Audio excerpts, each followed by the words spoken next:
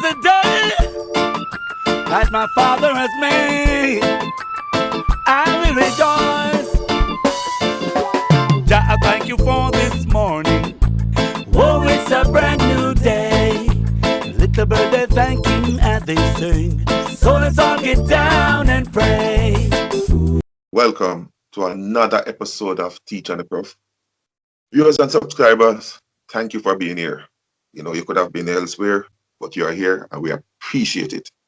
Tonight, we want to discuss racism within the football fraternity. And in football, you know, we are here at Teach and Prof. Our thing is soccer still, you know.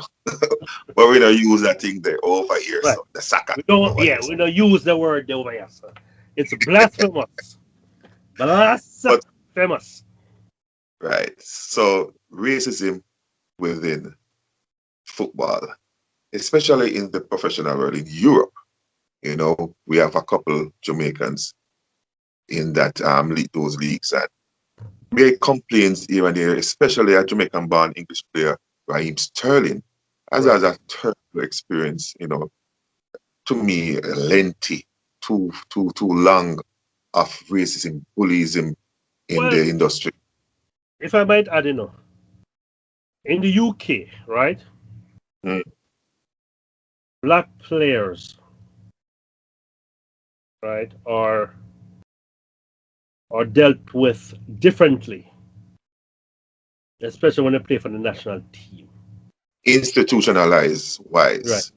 They're held to a It's- higher standard, it- and Yeah, it's not rules or it's not something obvious, but something structures within the structure of the league or in the national team.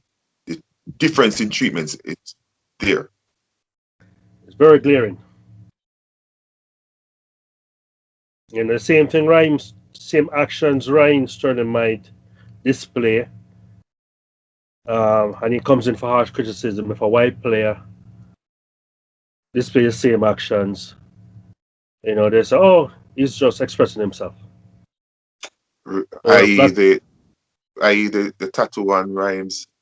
Tattooed, the money that he spends, his lavish lifestyle, and even when he comes against racism, let's know how he's being very sensitive. And I want to touch on that topic since you go there. I have two neighbors that last year, 2020, were having the same discussion. And both of them agreed that black footballers, wealthy black footballers, successful black footballers are too sensitive to this racism. Really? Crybabies and Wait, these are your neighbors. These are Jamaicans. yeah, These are black Jamaicans. Yeah. Are they far removed from racism because they live in Jamaica? It could be. I can't go there. It could be because that's where I went with that discussion. For those in the diaspora that have been out of Jamaica for a while, or those who have never been to Jamaica, or, just come over here by chance, no connection to Jamaica or anything like that. My experience being in Jamaica is that we don't experience racism per se, we experience classism. And that's a big difference. So Jamaicans that don't have any clue about somebody being racially biased to them in various forms will probably have a difficulty, Comprehending. relating to somebody that's experiencing that and is talking out against it. And that's my opinion why my neighbor probably take that reaction to it and say, hey, move on, man. Somebody say boo, monkey or chew a banana to you, move on, So I think that it's our personal experience, our lack of experiences that makes us react differently from others. I mean, that is, to me, that is so frightening that a black person said that, made that statement, move on. They're being very sensitive. because I know racism. I know the face of racism. I know racism is. And before I came to this country, I had never experienced racism.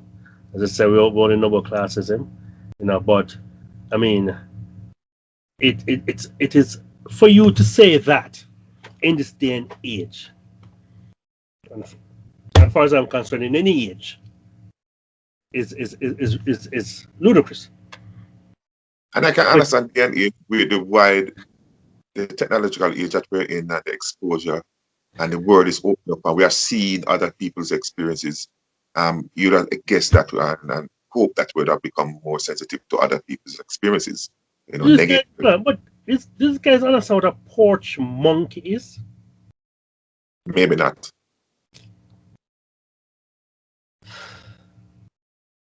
Anyway, I digress. Let's move on. No, but it's important, to note anyway. So what is topical now is cyberbullying, bullying. And in cyberbullying,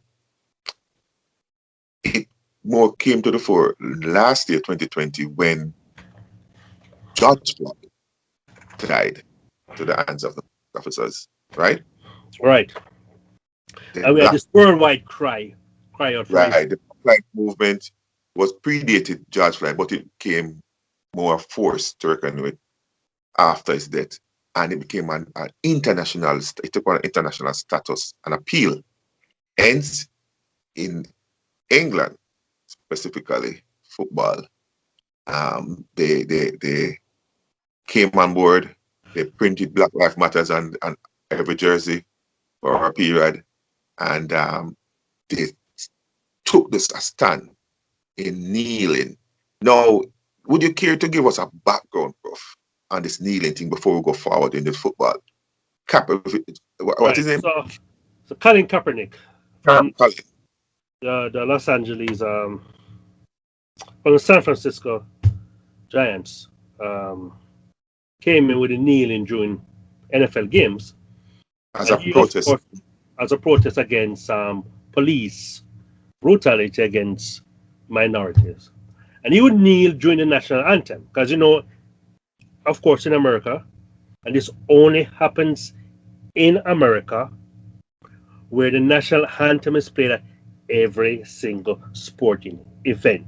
This doesn't happen in any other country at all, but in America. And I appreciate, the whole national anthem thing, but this is not about national anthem.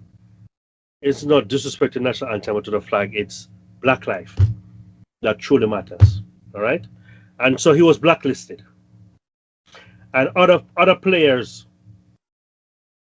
started, making the same stance, and it became a whole thing. I had a whole Nike ad around it. I had people, protesting against Nike, but that didn't affect sales or anything. I had the then President Trump, who threatens any owner to employ a player that kneels during the national anthem, and that kept him out of a job up to this day. How many years now? How many years now he has been unemployed? About 2 years. Feels like more, but we hold it at 2 years. But it feels like more. It could be more. I mean, COVID has taken a year from us, so I can't. 2 years not counting. 2 years not counting COVID. I can't tell you no more. But we went there. We went back to come forward. So the kneeling came from that incident in American football, NFL, and the EPL, the English Premier League, chose to take on that gesture by kneeling for about 10 seconds to 30 seconds, somewhere between here, half a minute, just before the kickoff of every match in the league. It has been implemented last year and it's still on up to the last set of matches. What is making the rounds now? One of my favorite footballer, Wilfred Zaha. That's Wait, a hold on. problem. Before we discuss Wilfred Zaha, what really prompted us to have this discussion, Mm-hmm. is Thierry Henry, one of the most recognized football player in the world. He made a One statement. of my all-time favorite. One of? Not? My all-time favorite. Yeah. Okay. Yeah, one of my favorite too. Mm. From Juventus days. Arsenal man. Arsenal to Arsenal. Yeah. Making Yes, that but connection. I was a fan of Thierry Henry before he went to Arsenal. Yeah. And he also I played was for a 17-year-old in World Cup. He made it the World Cup team, I think 17, and he played. yes, And scored a yeah, winning. so I'm going back before even Didn't he, Arsenal. didn't he score a winning goal in the finals against Brazil? I'm trying to remember. No, it was the captain Zidane. Zidane? Zidane scored both headers from corners. Okay. My recollection. Zidane scored two headers from corners, two corners. So Zidane got a brace in the finals. Okay. Yep. So while you verify, so I just said Henry made a public statement Oh, about it was 3-0, and Zidane scored two, scored a brace, and Emmanuel Petit scored the third goal. I recall it. Was Emmanuel an Arsenal player? Publication. It Petit, says yeah. Arsenal legend Thierry Henry to leave social media So highlights lack of action on racism and bullying. just brief us on So what Thierry Henry Henry suggests have decided to step away from his action social media. going forward. Social using social media until they do more to tackle racism and bullying online. Okay. And what I gather from this, yes, some suggestions have been made, some minor action has been taken, but Thierry Henry is feeling that enough to deter future recurrence, those stands are not being taken. All right, not enough has been done. Where do we go from here? After now that we do the public sign of public support against or show that the public that we are disgusted with the bullying and all of that, what is the next move? That carried me back to Wilfred, because Wilfred did his stand before Henry. What Wilfred did was not to kneel. Now this big public shock and because Wilfred is a black man, and this is predominantly for the black. And when the black man is the only man that is standing, then it becomes a public issue. Subsequent interview for Zaha, he explains why. And my gathering from that is he feels the same way as Thierry Henry. Enough has not been done. I'm kneeling every match. Then what? I'm still getting bullied. So what the kneeling for?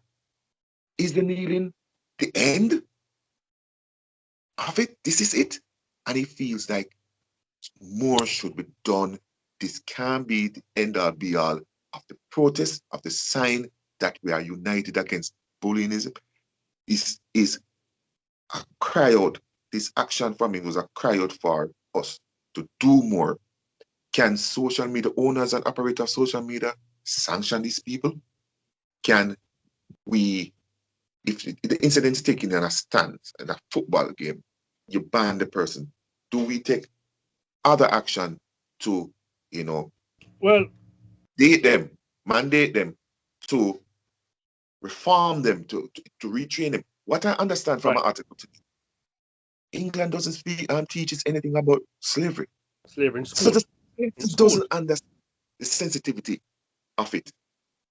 So Remember, in school, Yeah. Yes, structured school curriculum does not carry slavery. So they don't understand. They know it exists, but they don't understand it. And if you don't understand it, a white man's calling you derogatory terms or racial terms won't know that always impacting you because he doesn't understand. Where you going suffer? Where you behave suffer? Like my name. It's just So words. it just words. They don't understand. They don't know the history. So could it goes deeper with that Henri calling out now that, hey, the government can say we're going to write this in our curriculum to in the future stop this from reoccurring. That could be one thing. And I think what Theory wants is for the respective FA to pressure social media. Right, the operator social media to do something about do something. Because they do nothing. They don't ban them. They don't sanction them. Why rock the boat? Why rock the boat when we are making money? You know, that's the feeling Henri's getting, that these people are comfortable making money on social media. So why should we take a stand against something, even if we agree that something is wrong, but taking a stand when something is rocking the boat and is risking my money? But that's weird. Somebody make a point today. You remember about walking off a FA Cup, 15 minutes in an FA Cup final, and walking off the field and hurting the sponsors right in their pocket as a sign. Not as a protest. Say, scenario, something racially said during the match. Final, right? Champions League final, something racially said. And all 22 players just united and just walk off. End the match. Every sponsor will do something about it. And the money was being hurt. Right. Strong actions like those are the only actions that will cause and bring the sponsors, the FA, the federations, and the social media operators to the table to seriously craft something to stop bullying in social media and in stands. And in street, you have players that say they feel intimidated by the steer. One player, if he's walking with his hoodie up and somebody steer, why steers at him? No, in the rain, you know. It's raining. Up, I just give him a certain steer. He knows that white person feels threatened because it's a black man with a hoodie up. And he feels obligated to remove it for them to feel comfortable. In the rain. It's pouring rain. That's brought up. Don't allow the white man to feel uncomfortable by you appearing threatening to him.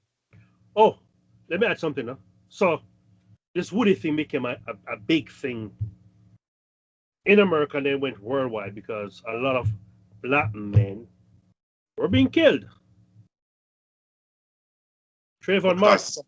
Somebody feel threatened. Because somebody feel threatened. Because Trayvon Martin had his hoodie up. Mm-hmm. He was killed. So it's a real thing. This hoodie thing and people feature is a real, and it's a life and death situation. And some people say, so what if them feel threatened? They could kill you. I tell my boys, I don't walk in my hoodie up. And I tell my boys, don't. So you're in a society where the white man can walk his hoodie up and feel comfortable, and the black man have to be conscious and be aware of his surrounding and how he makes his surroundings feel.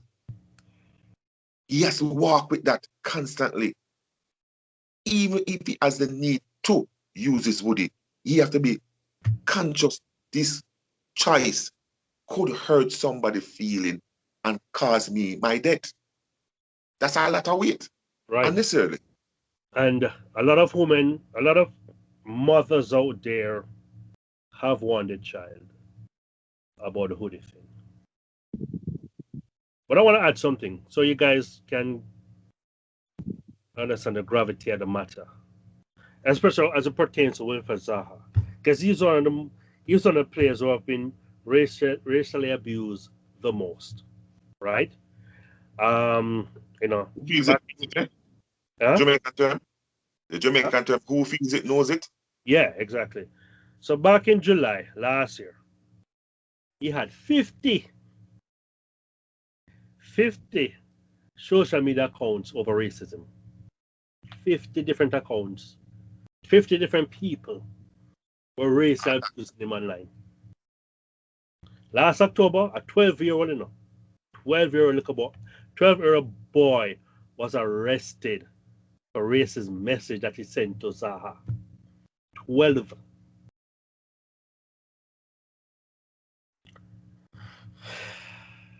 What are we teaching the kids? What are we I'm going teaching to put the it children? background on Zara. Zara was born in England. English born. Okay. And he chose to represent Nigeria because he doesn't feel comfortable representing England. Zara playing for Nigeria is not one of those who say, like, we have numerous of cases where you can't make the English team, so you come to Jamaica. Zara doesn't fit that bill. Zara is skillful enough He can to make the play English. for. Yeah, he can make the English team. So his choice was not a footballing choice in terms of not being able to live up to the English standard. His one was a social one where he doesn't feel fitting to that system because of racism. Wow. And there's other high-profile players as well who have, who have been. We have Marcus Rashford, from Manchester United, as well as Anthony Martial. And Marcus Rashford is a very high-profile player, English player also. right? Marcus Rashford was responsible for getting the government to continue offering food to kids who are out of school. Kids During the lockdown. During the lockdown. Kids like himself, whose parents didn't have it, who relied on school lunches. Who feels it knows it again. So he represented them. Okay. And he represented every British child, whether it was black, white, Chinese, whatever the color was. It was once you were underprivileged, you're represented. And he had to vote twice for them to do it. First for them to do it, and again for them to continue doing it. And on each instance, they pushed back. And he didn't give up. He went pushed back. Again. Yeah. Until they gave in. You can imagine a guy that is fighting for everyone's rights, and he's been called the N-word. You're playing a match. Next thing you know, there's either a banana or a banana peel on the pitch. People in the stands making monkey noise. People on social media calling you a black N. Come on. You don't go back to where you come from. You don't belong here. Despite that he was born there.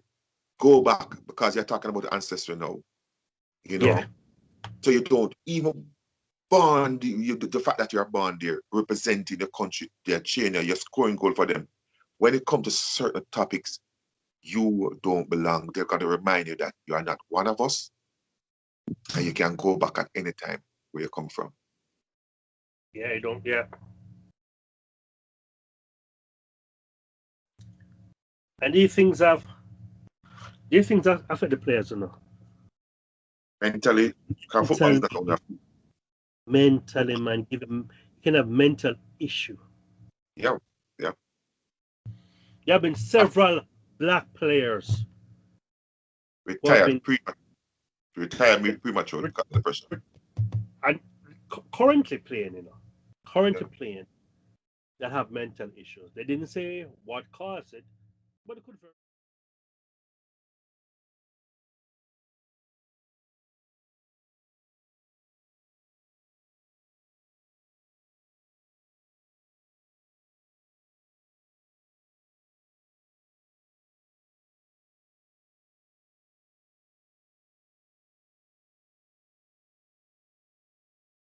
All right, so what I'm about to read is from the AP Press, and this was published on February 13th, 2021.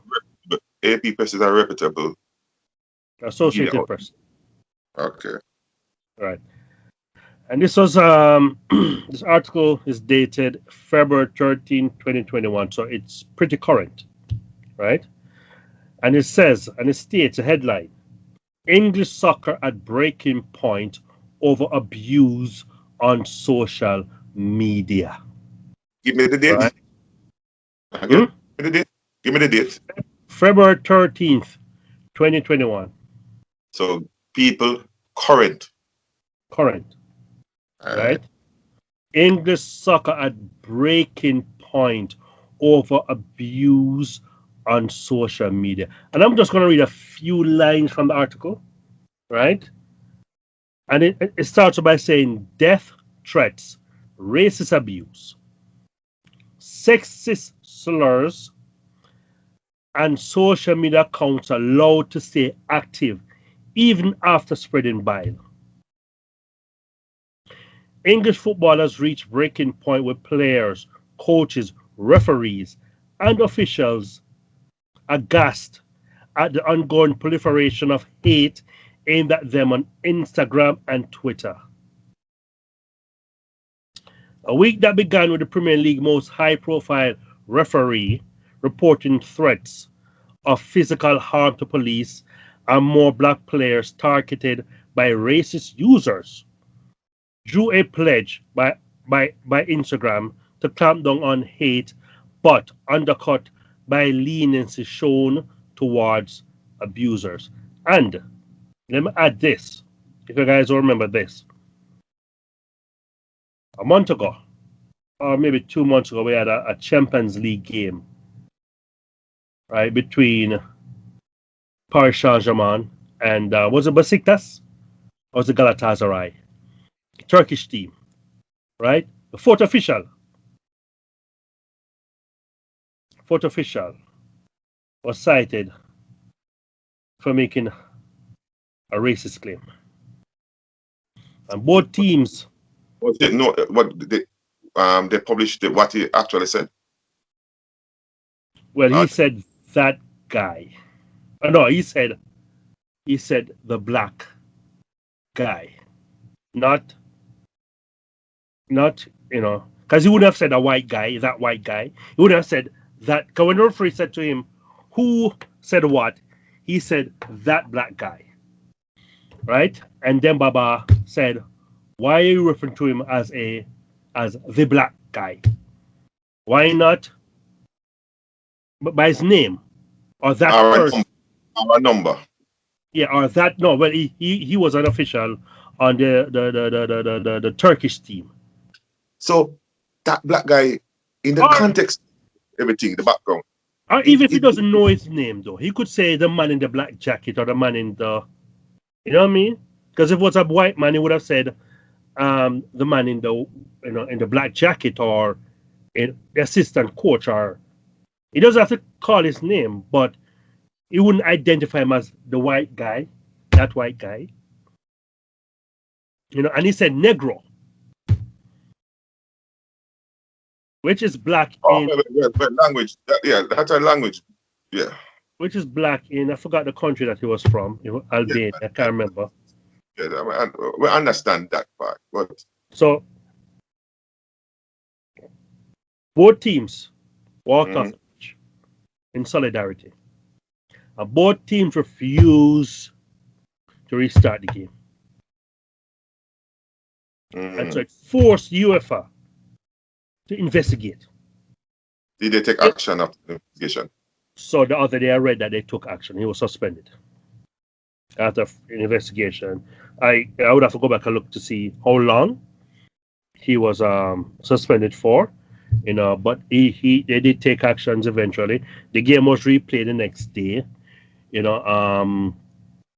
but we need unity in the game as well to tackle this. We need both black players, white players coming together. It's not a black thing. And both football teams and not football. You know, so unity is strength, they say. So, you know, I remove my But I'm gonna, again, I'm gonna throw it out there again. Viewers, subscribers, do you think that your own experience or even what is said here tonight, the players are too sensitive about the racial slurs and the bullying tactics that some fans use against them? Just make comments just if you feel that they're oversensitive or yes, it's a real issue and something should be done about it. and keep